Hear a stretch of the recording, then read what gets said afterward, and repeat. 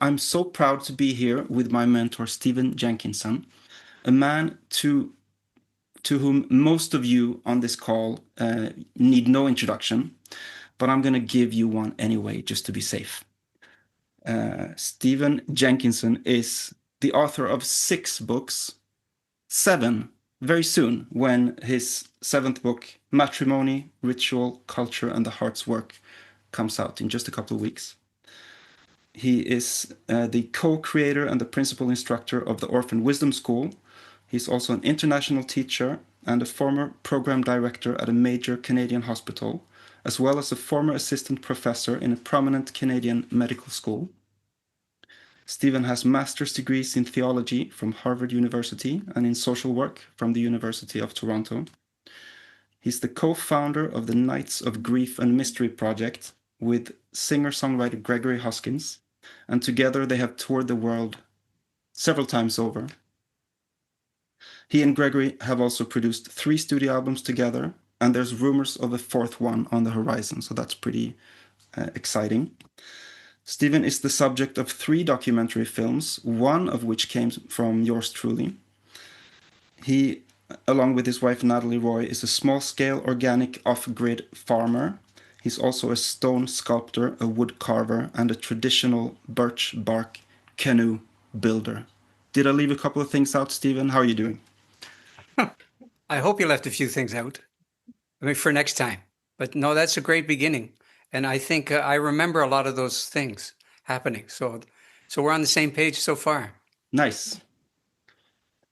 How are you doing? Before I have a little thing that I want to read, but before I do, I feel like I'm taking up a lot of the oxygen here in the beginning. So, is there anything you would like to say just to get us started, or should I jump into my long script here that I got prepared? Well, I have no script, but I could venture the following. I take nothing for granted. I take nothing as a given. The fact that anybody wanted to do this, the fact that anybody wanted to join us, the fact that there's merit in the B-roll, the great mysteries of life unfolding and sometimes remembering us and bringing us along is just, it's just a remarkable thing for a Sunday or for any day at all. So I just feel very lucky, and I'm going to be one of those people that just sit back and, as you say, and enjoy the ride, and we'll see what happens. Lovely. Thank you, Stephen. I'm going to begin by reading this, which I call Confessions of a Podcast Host who's about to interview Stephen Jenkinson. Okay. To set the tone. Okay. All right, here we go. You worry about being lazy with your language, and so you write down your questions properly. Then you scan them carefully for poor linguistics, or poor structure, or poor imagination. You look up some of the words, the ones that are maybe a little bit fancy, but that you still want to use, perhaps to show that you have enough semantic capabilities to be along for this kind of a ride. You wonder if you should be looking them up in an etymological dictionary too, just in case. You decide not to. You remind yourself that what you're about to take part in is not a conversation. It's something much more one way than that. One way, and then the other way. This is you delivering a topic in a certain way, shaped as a question. And you know he's going to begin by questioning the question. Don't take that personally. You know there's caveats before you're through the gate, and you know what a caveat is, because you looked it up in the dictionary. You hope that the people listening will realize that English is your second language and that they might cut you some slack in case there's a mistake or two in there. You plan to read him your questions from a piece of paper, having rewritten them several times to match your natural way of speaking, hoping for them to come out to the radio audience as thoughts that just occurred to you in that moment. You're careful in the crafting of these questions to not attempt to rise to his level of poetic delivery, which you know you would utterly fail at, even if you rewrote the damn things 100 times. No, you want to express yourself clearly and to the point. A simple question, a well-put question. You scan some of the other podcasts and you wonder if you have it in you to wonder about different things than what the other interviewers have wondered about with him. You dream about coming up with stuff that he's never thought about before, stuff that will make him stop in his tracks. Wow, Mattias, I never thought about that before. What a wonderful question. You start fantasizing about him mentioning your question on his next interview. Now, in my last interview, I was on the receiving end of the most wonderful question. You catch yourself smiling like an idiot, and then you shamefully rush back to the task at hand. Blank page. Go back to what set this whole thing in motion in the first place, which goes like this. You've been thinking about this thing for weeks, even months, and oh boy, you wonder what Jenkinson would have to say on that particular topic. It's as simple as that. And you realize that this is the job, only this, to gather together a handful of true wonderings that you've been carrying around, that are personal, but that may still be of interest to others, and that you're dying to hear Jenkinson's take on. Now, if this were a regular podcast interview, you'd have gathered about 8 or 10 of these questions, and then you'd keep 2 bonus ones in your back pocket, just in case there's time for them. The bonus ones can be a bit more loose, almost silly. They can be about ghosts or even UFOs. They're like the B-side. You take a chance on those. Now, since today isn't a regular podcast interview, and since today is a bit of a celebration of the B-side anyway, the 4 or so questions that I brought to this meeting are all of the bonus variety. Somewhat outrageous, very mysterious, and with at least one of them touching on UFOs. Wow. What do you say, Jenkinson? I should have studied UFOs before we got on the call. Okay. Okay, I'm at least as intimidated as you are. Let's go. Okay. All right. Jumping right in then. Yeah. All right. So here's the first question. It's about reincarnation. Oh, yeah, I've heard of it. Yeah. So if we assume for a moment that reincarnation is a thing, that we're reborn again and again to an earthly life, do you suppose those rebirths take place chronologically? Take place chronologically. That's a little unclear to me. Do you mean that that you're working backwards from the present moment, so the next incarnation is reminiscent of what you just lived, and it just stretches in both directions from there? Is that what you mean? I mean, the linear timeline that you and I had in our classrooms at one point, where I would exit the scene, you know, in this age, and then maybe come back, you know, in a generation or in a moment, or you know, forward in the forward-thinking variety of time thinking, or could I come back in the Viking time, the next time? If there's such a thing as reincarnation. Or could you come back in a time that hasn't been? Which is kind of interesting fracture on the language, coming back to a time that hasn't yet been. Maybe that's possible. I mean, if we're talking about reincarnation, I guess everything's on the table at that point, as far as possibility goes.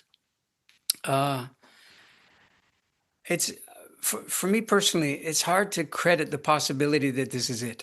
I mean, I know it's a possibility, and I know it could be proven in the last minute to be wrong on the matter. But it seems to me that there's a degree of just frank psychic and spiritual arousal at the prospect of being alive and yet again alive and in some other fashion alive that seems unconquerable. I don't know if it belongs to us. So I don't know that we wield it, you know, or make it so, or have much choice in the matter.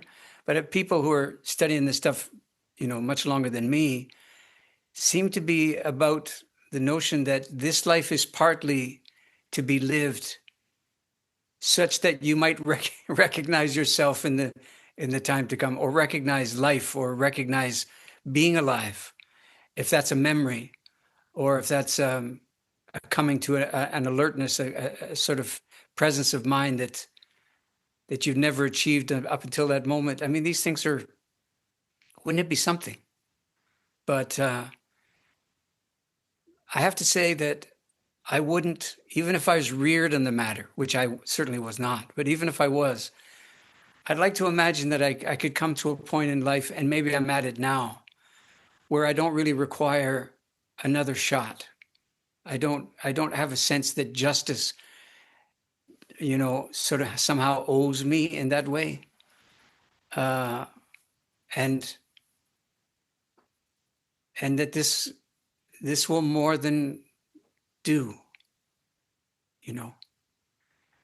I think that's and I'm not saying that reincarnation would somehow subvert all of that and turn you into a kind of sort of add-on junkie. I don't know that that's the case, but I'd like to imagine that if it's kind of the bonus round, if there is such a thing, or it's a kind of a grace,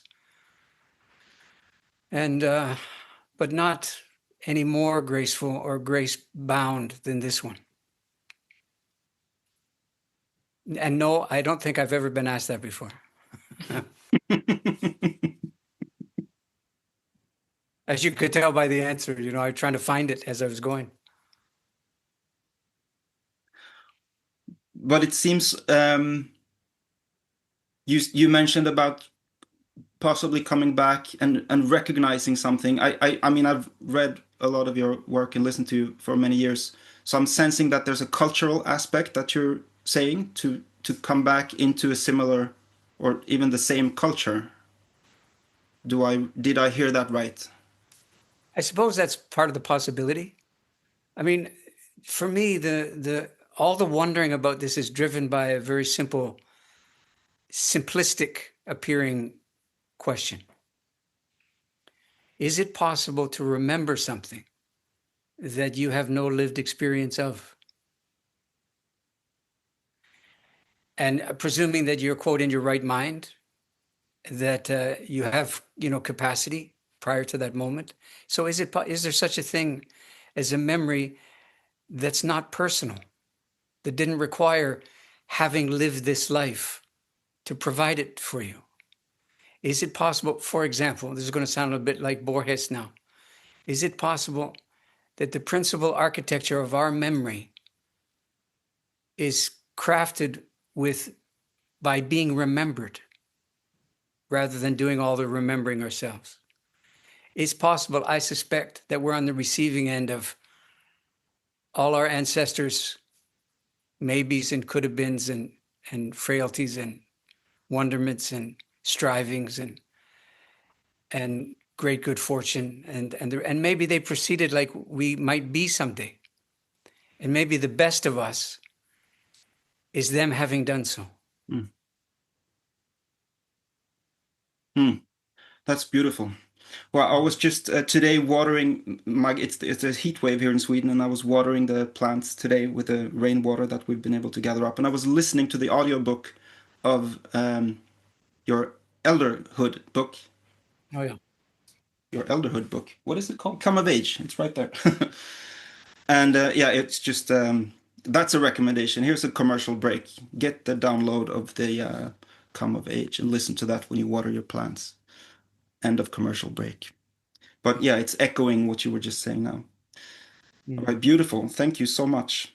Let's see where this next thing takes us as things get weirder, possibly. When I visited your farm was it September, I think? Almost a year ago, yeah. Yeah. And you were talking about the old barn that you moved from a neighboring farm to yours. Right. You used the word haunting at one point, that the barn might be around for future generations as a way of haunting, or maybe just reminding them of the people who built it and their time. But I wasn't actually sure if you, in using that word haunting and the way you used it, if you left the possibility open that you yourself, as the self-proclaimed cathedral's janitor of the place, when the time comes, would be involved in the haunting yourself. God, it's an awful thought, isn't it? I mean, I'm not that easy to please in this incarnation. So it might not be good news for the locals. No, I wasn't leaving open the possibility that I could get into the haunting game at all. And I would hope, I mean, I suspect that when I used the word at that time, I meant sort of the word in this fashion, that there's the obvious kind of horror movie associations we have with the notion.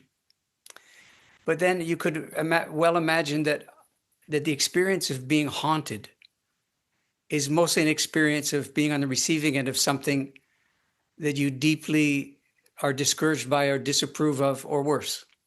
So maybe the quality of haunting is largely living there in the haunted and not so much in the one doing the haunting. Maybe in that sense, we're talking simply about presence, a kind of lingering, redolent, kind of enduring, but very hard to understand presence, a lingering of sorts. I mean, maybe there's not that much difference between lingering and haunting, actually. Maybe I learned that lesson from all that etymology work, excuse me, I did on the English verb to long and to belong. And maybe the haunting that we're talking about, or the lingering, is an exercise in a kind of radical belonging.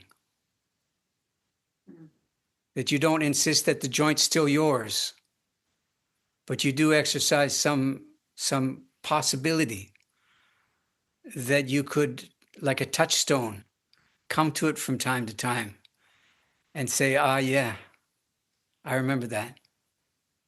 And I'm remembered by it too. Maybe I meant, if I didn't mean that then, I mean it now by that phrase. Perhaps you wouldn't mind just talking a little bit more about that barn. A lot of people maybe on this call perhaps haven't seen the film Murmurings of the Land and perhaps don't know about the barn. Maybe you would just share how did it come into your field of vision, and how did it get transplanted into where it stands right now? Okay.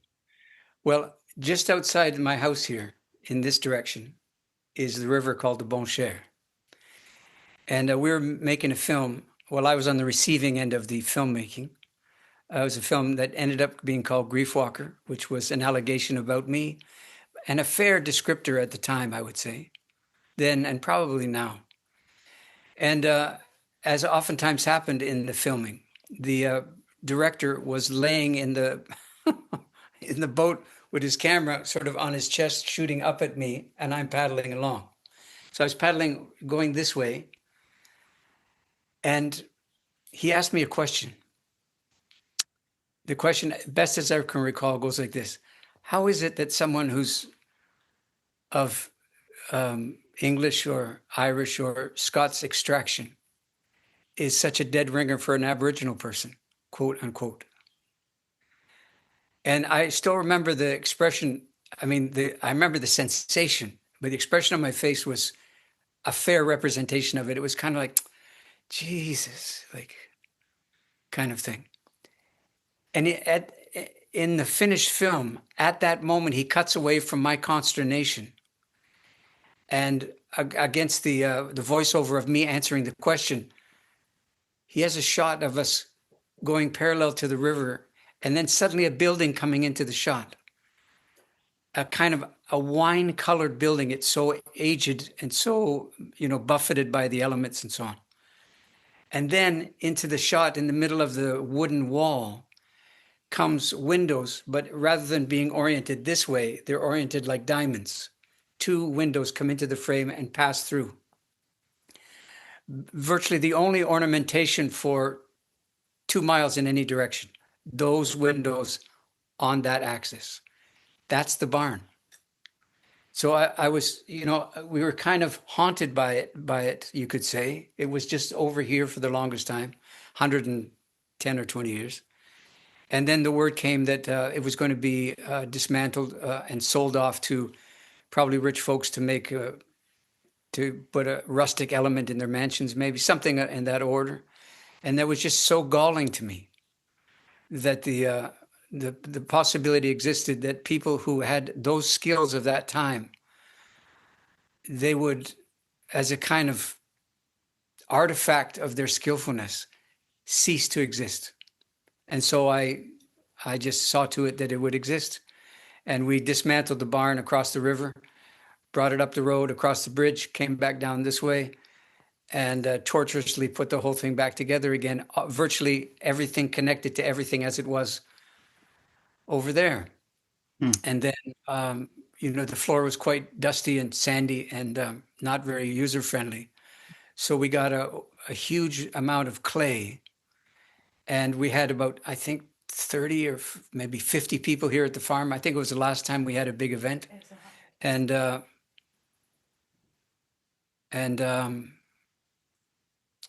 we spread the clay on the floor, and everybody took their shoes off and danced. And that's what the floor is like. And you can still see all the heel prints and the toe marks and to this day. So we've taken the great good fortune of having their skill still, upright, and added to it a little bit, as one should properly do a tradition. Add something to it that's in keeping, that's sort of deeply conscious and alert and honoring in some fashion of what's preceded you. Not approving of it. I mean, let's just be clear. There's lots of stuff to be troubled by about what preceded us. Of course. And in due course, we will be the trouble for oncoming generations, will we not? I mean, especially these days. So given that, given the likelihoods about the ways in which we will be remembered or found wanting, we could exercise something like a deep regard for the foibles and the failings and the fortune of those that preceded us. I had the chance to do that materially with the barn, and the barn is up right now and doing some beautiful work over there. And another commercial break is that you can go and watch the film Murmurings of the Land, and you'll see some of those footprints are in the film. Right. Beautiful. Okay, moving on. Here come the ghosts and the goblins and the UFOs. You ready? Oh, sure. Okay. So it happens from time to time that I venture down a rabbit hole of watching too many documentaries on UFOs. Or like recently when I read a book filled with accounts of UFO abductions, faithfully recorded and transcribed by Dr. John Mack. And during such times, I find myself accepting that it makes some kind of sense that there are in fact aliens among us. And other times, I entertain the idea of dead people being able to interact with the living. And after hearing somebody describe such an encounter, or after having one myself, which I did not that long ago in the room just adjacent here, where there was an electric smell in the air and books started coming out of the bookcase seemingly by their own accord. And during such times, it seems almost likely, I say almost, but it seems almost likely that there can be, in fact, an overlap between worlds. However, when I consider both UFOs and ghosts being part of the mix at the same time, my mind says no. It's like my system is unable, or at least firmly unwilling, to allow the possibility of both of these phenomena to coexist in this world. How about you? Does your inner menu of possibilities allow for both of these phenomena, or neither, or what's your take? Well, first of all, I don't know that I'd use the word allow to describe the exercise of my imagination, right? I mean, these things are surely bigger than any command we could exercise, vast in every way and overwhelming just to consider it. No. So I'm not sure that we allow it. We probably would either do our best to tolerate it, or more likely to be sort of unspooled or undone by various possibilities. Yeah.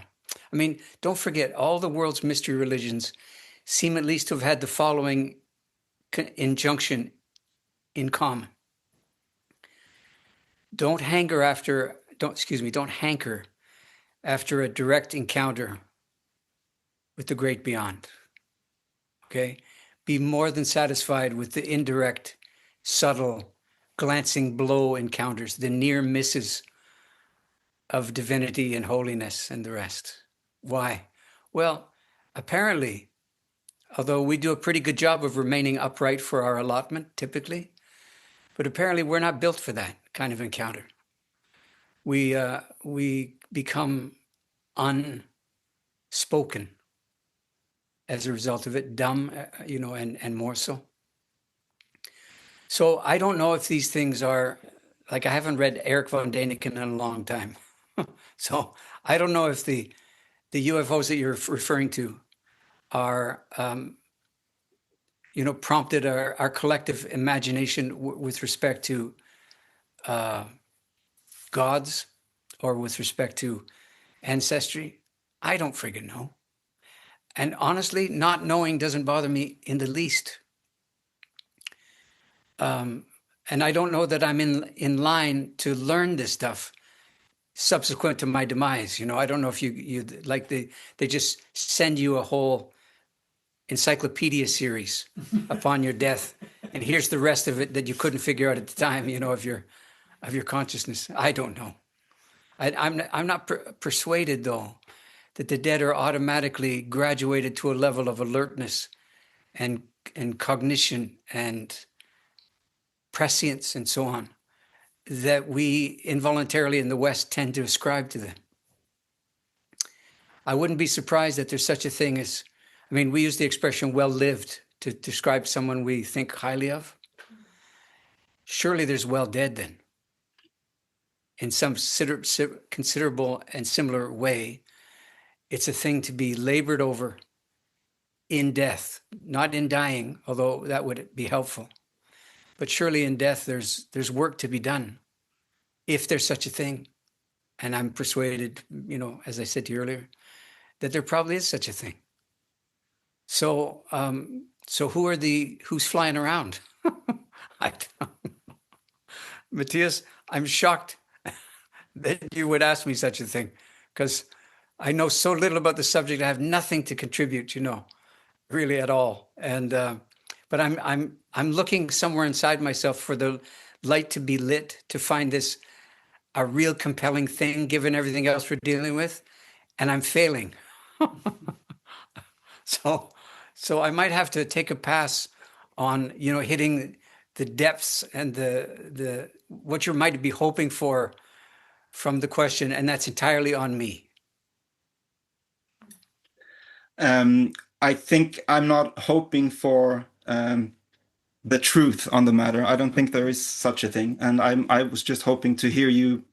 I was hoping to work up the courage to ask you such a silly question and just see how that would fly. And now I have, so thank you for that. Yeah. I have one more. This is a shorter encounter than what we usually have. But so this is the last question, and then we're going to talk a little bit about actually why we're here, which is the release of the mixtapes, as I call them.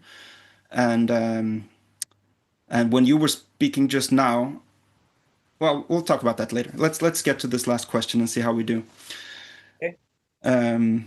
This one might be even more insane. I don't know, but this is just something I've been thinking about for years, a lot, and I haven't said this out loud to anybody. So here we go. It's called the headline for the question here is Inverted Christianity. So that's already something to consider. Okay, here we go. What if the Christians got it right? What if the Bible got it right? Just except for one minor detail.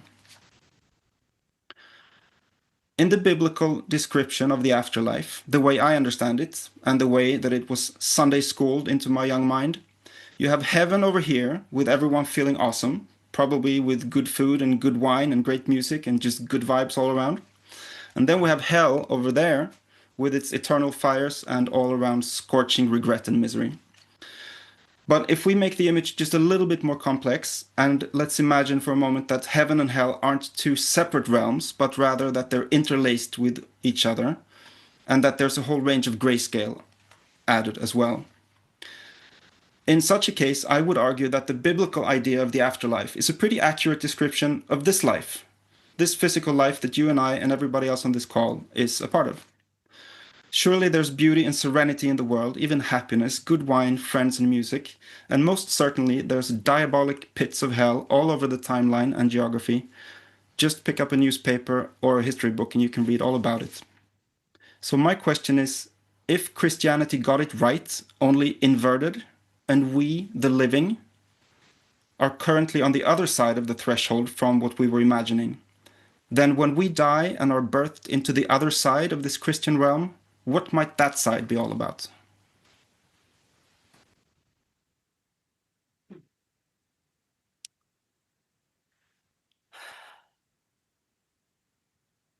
I guess there's a few candidates for possibility. One of them would be more of the same, possibly with the addition of some alertness to that fact and a possibility, a redemptive possibility that ensues from that alertness.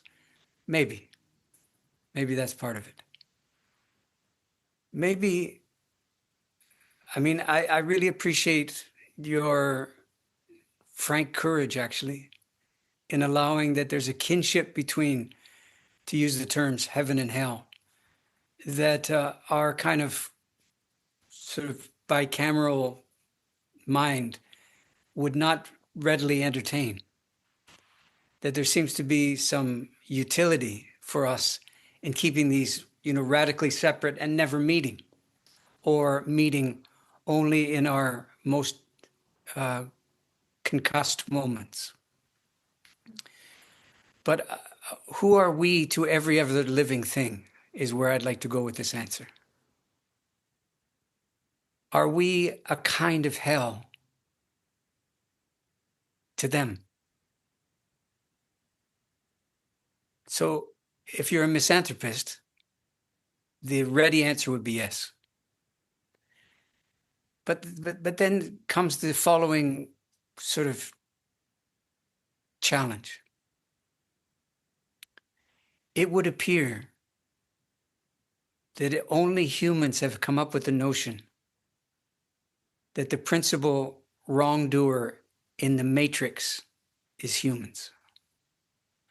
It would not appear that any other life form, for example, has got it in for us as a consequence of the kind of vector for darkness that we tend to be more often than not.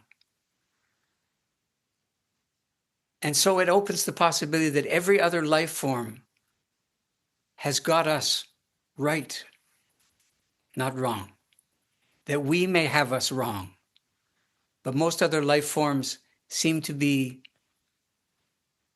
more than willing to make a go of it with us being around. That's extraordinary to me.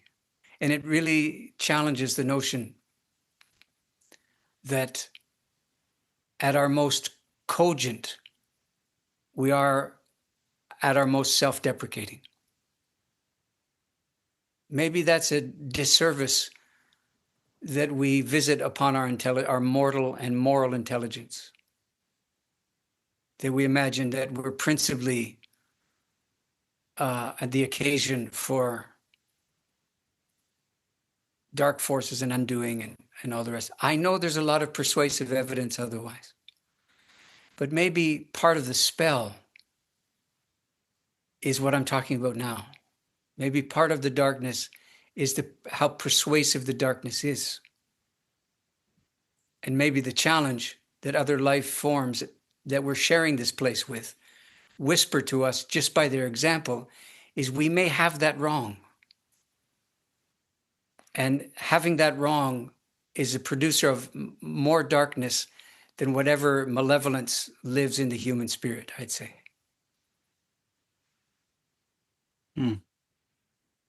Thank you.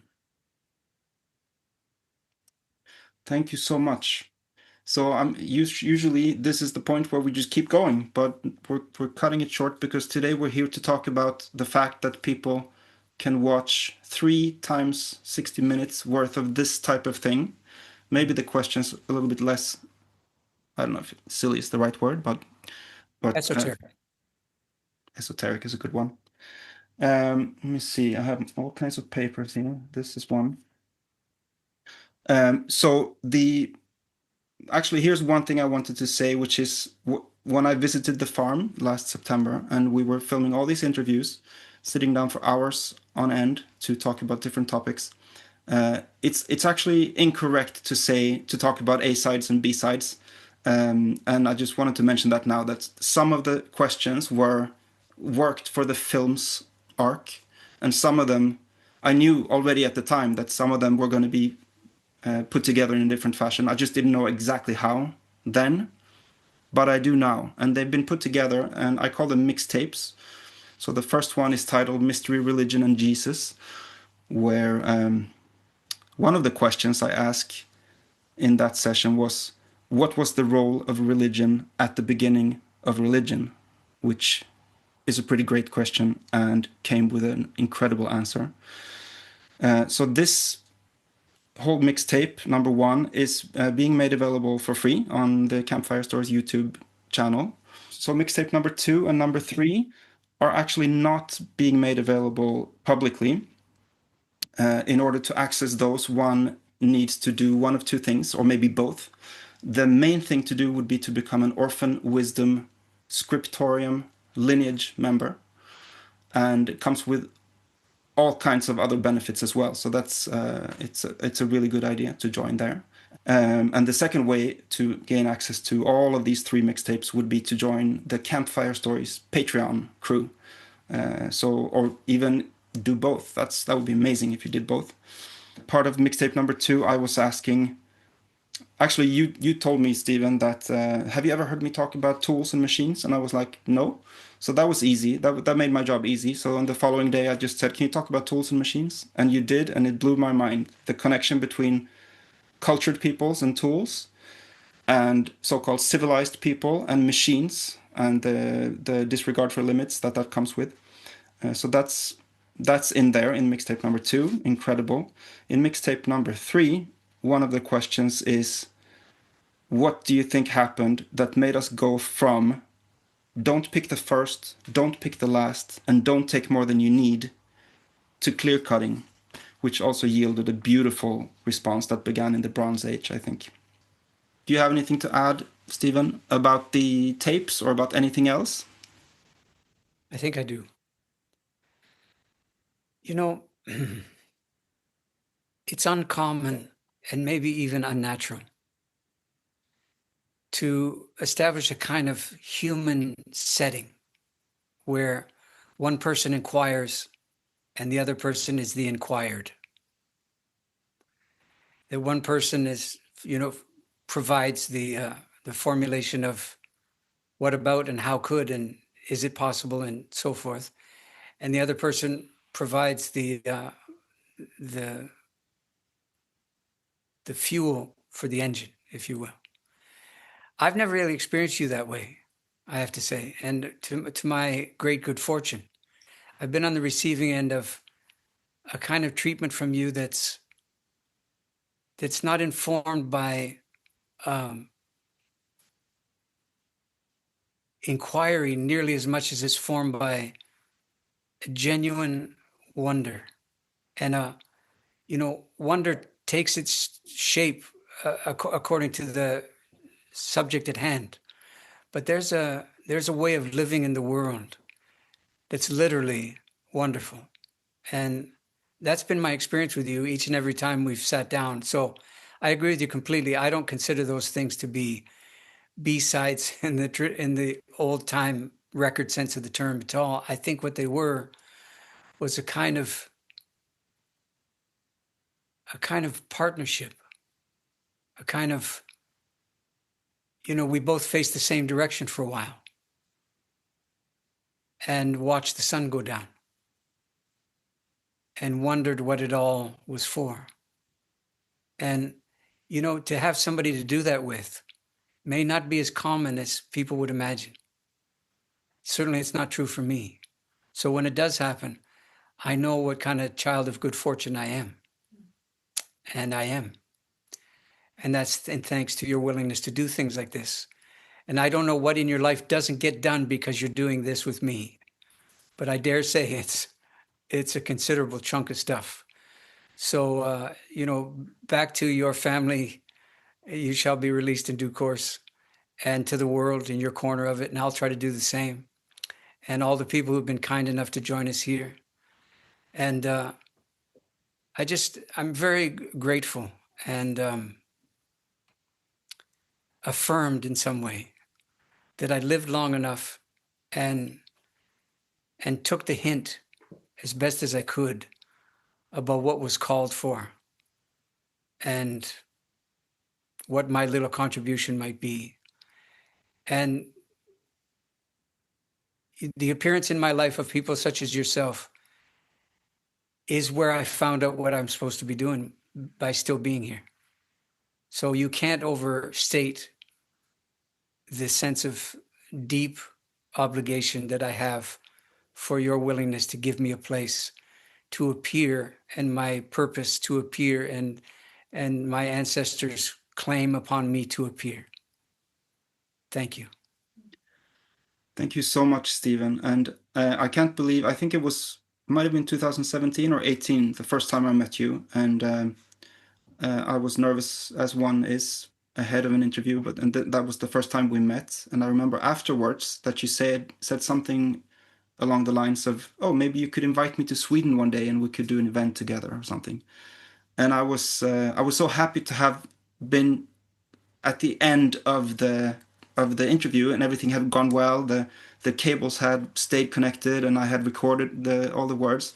And at that point, you know how you sometimes just want to get out of the room. You're done. It's like it went well, and at that point I was like, don't tempt it, right? Yeah. But it's incredible that we did, and we've met several times and had many interviews, and we did come to Sweden, and that's in the mix too for anybody who wants to dig in the archives and find the interview session that we did similar to this, but ahead of 100 living live people sitting in front of us. And one last thing, now we're 1 minute past, but I think that's allowed. One last thing is that like I mentioned in the early part about language and trying to stay caught up with the expressing oneself.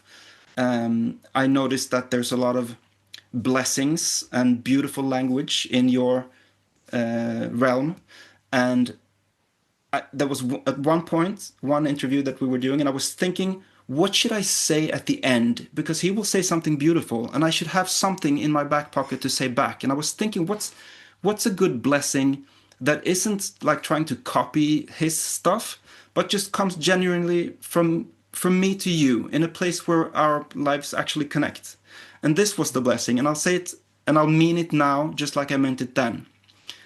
I wish for you a beautiful mix of rain and sunshine upon your crops.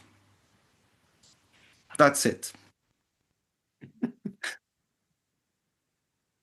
And I'll work on my poetic to put the full stop at the end of things. But for now, thank you so much, Stephen, for having been a part of this and part of my life. Thank you too, Mattias.